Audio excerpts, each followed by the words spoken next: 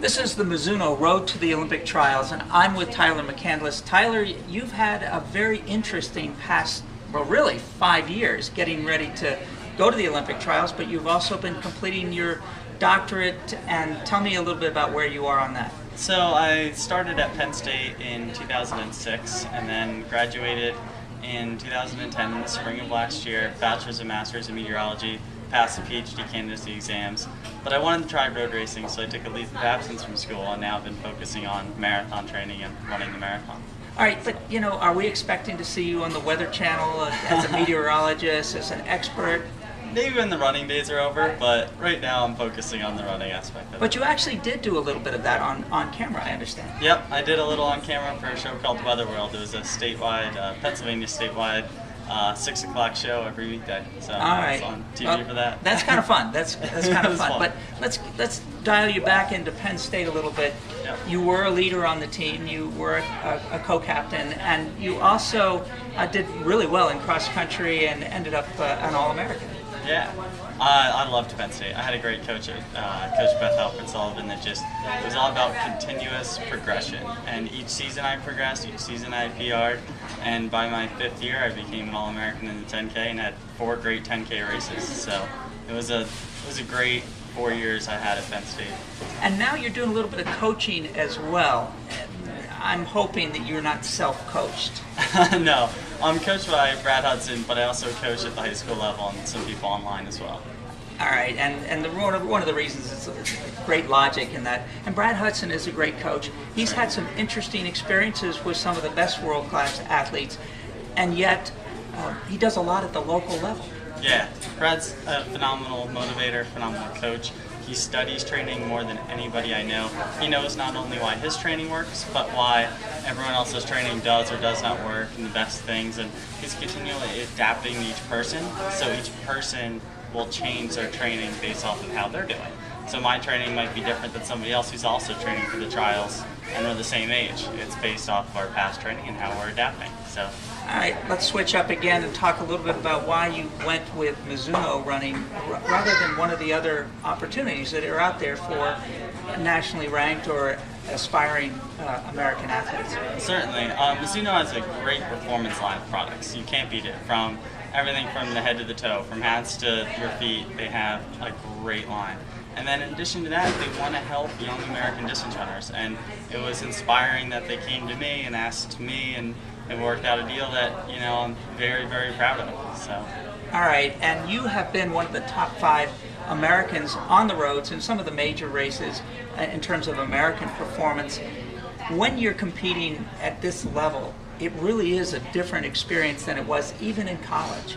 Yeah, it's very, very different. In the Boilermaker a few weeks ago, my 5th mile of the 9.3 mile race was 4:32. And, in college, you're not doing that in cross country.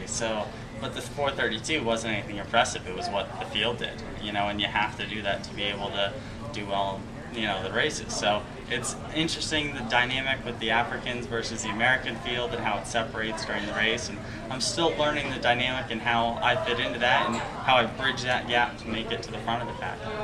What do you think you do actually need to do to move up? Is it going to be more intense speed work? Or is it going to be longer runs? I mean, how are you mixing it up to try and achieve that? Because it's a delicate balance between injury and success in that. I train at the highest level I possibly can handle. I've done, like last week was 124 miles. It concluded with a 22-mile long run at 9,000 feet. And when you do stuff like that, you're building your fitness level to amazing bounds. Like every day I feel stronger, and every week I feel stronger. And it's going to take, just once you hit the point where your body's perfectly adapting to it, adapting to the training, then you're going to have that breakthrough race. Sometimes you just need to go through the grind, put a few months in where you're just kind of feeling tired and not quite recovering, and then your body clicks. So it's nothing drastic I need to change, it's just staying with it and having consistent training. Well, you're about five months out from the Olympic trials in Houston in January. Why don't we talk about that setting a little bit? How familiar are you with the course? And for the people that are watching today, I want you to know that the Olympic trials come up every 4 years. men's and the women's trials are going to be hosted in Houston, which is a great venue. But what they do is they make it a loop course as compared to just a point-to-point or some long loop or some odd course. And it is, again, a different thing. How many times have you ever run in that kind of an experience where you have many loops on a long race? Not too many. Both of my marathons were point-to-point courses, but it's something that you do in practice. You practice doing loops, so I did a 3x3 mile on the same 3-mile loop, and it'll build up to doing 6x3 mile on that 3-mile loop, and 20-mile continuous runs and the same thing. So you just get that mental focus and, getting ready for it. But, all right, let's take it back from the Olympic trials in January to now. Tell us a little bit about what your training modalities will be. How do you do that, and how do you prepare with races plugged in as well? Yeah, I'm still learning the marathon. It's something that you really need to learn. It takes a few to understand it. The first one, I kind of left feeling the next day like, wish I could do one tomorrow and make changes. And then I did my second one in June, and I was much better prepared. I took a bigger risk, and I ended up with a slight PR, but I faded at the end. It's like, all right, I learned again. So now I'm hoping to do an early fall one so that I can take a week off, recover, and then build up again. So I don't have too long of a build up. I'm more afraid of having that super long build up and getting stale, burnt out, or injured. So I want another practice, another shot at the marathon, and then build up again to the trials. All right, so there's one more shot at the marathon. You're saying that you're going to throw a marathon down in this 5-month period. Yep. Have you selected which one it's going to be? Most likely Chicago. That's the. And why Chicago? I mean, I can imagine some reasons, but why? Because it's a perfect practice run for the trials. So you're going to have some guys up front who are going to take it out real fast. Again, Ryan Hall just announced that he is doing it. So I'm not going to try to play with guys running 204 to 206. I need to run my own race. Flat course, much like Houston is a very flat course. It could be hot. Houston could also be hot.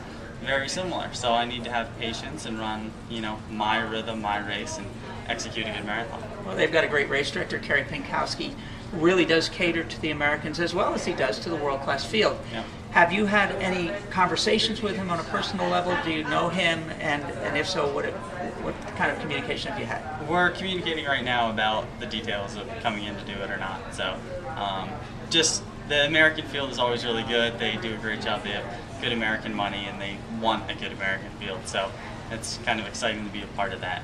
All right, let's talk about your personal life, because there are people out there that they don't know. Are you married? Are you single? Do you have a girlfriend? What's going on in your personal life? I'm single and just enjoying the Colorado lifestyle right now.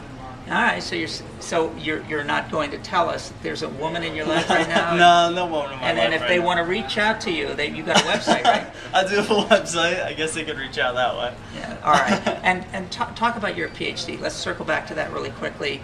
Is it in pure meteorology, or what is it? It's in meteorology. So I passed the candidacy exams in my 5th year of school, which is really quick.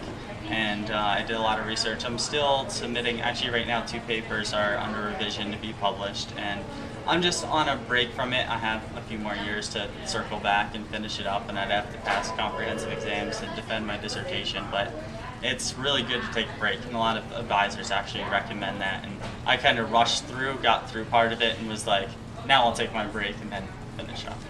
And we're doing this interview right now at Runner's Roost in Denver, which is a very busy store, if nothing else, and it's fabulous, and they have great stuff. What would your advice be to a brand new neophyte? I've never run. I see these people doing this. I don't know. How do I start? You're a coach. What do you tell them? Have fun. That's the most important thing. Too many people try to put this pressure on themselves that they have to do X, Y, and Z by 6 months out. And it's like, whoa, let's enjoy the sport. Let's do much more easy runs. Enjoy running easy. Then start to progress to workouts. Do races that you enjoy, not races that a coach forces you to do or your friends are all doing, so you're like, oh, well, I'll do this one even though I want to do this one. Find the races that you want to do, train for it, have fun training for it, and really enjoy the process. Enjoy every step you take.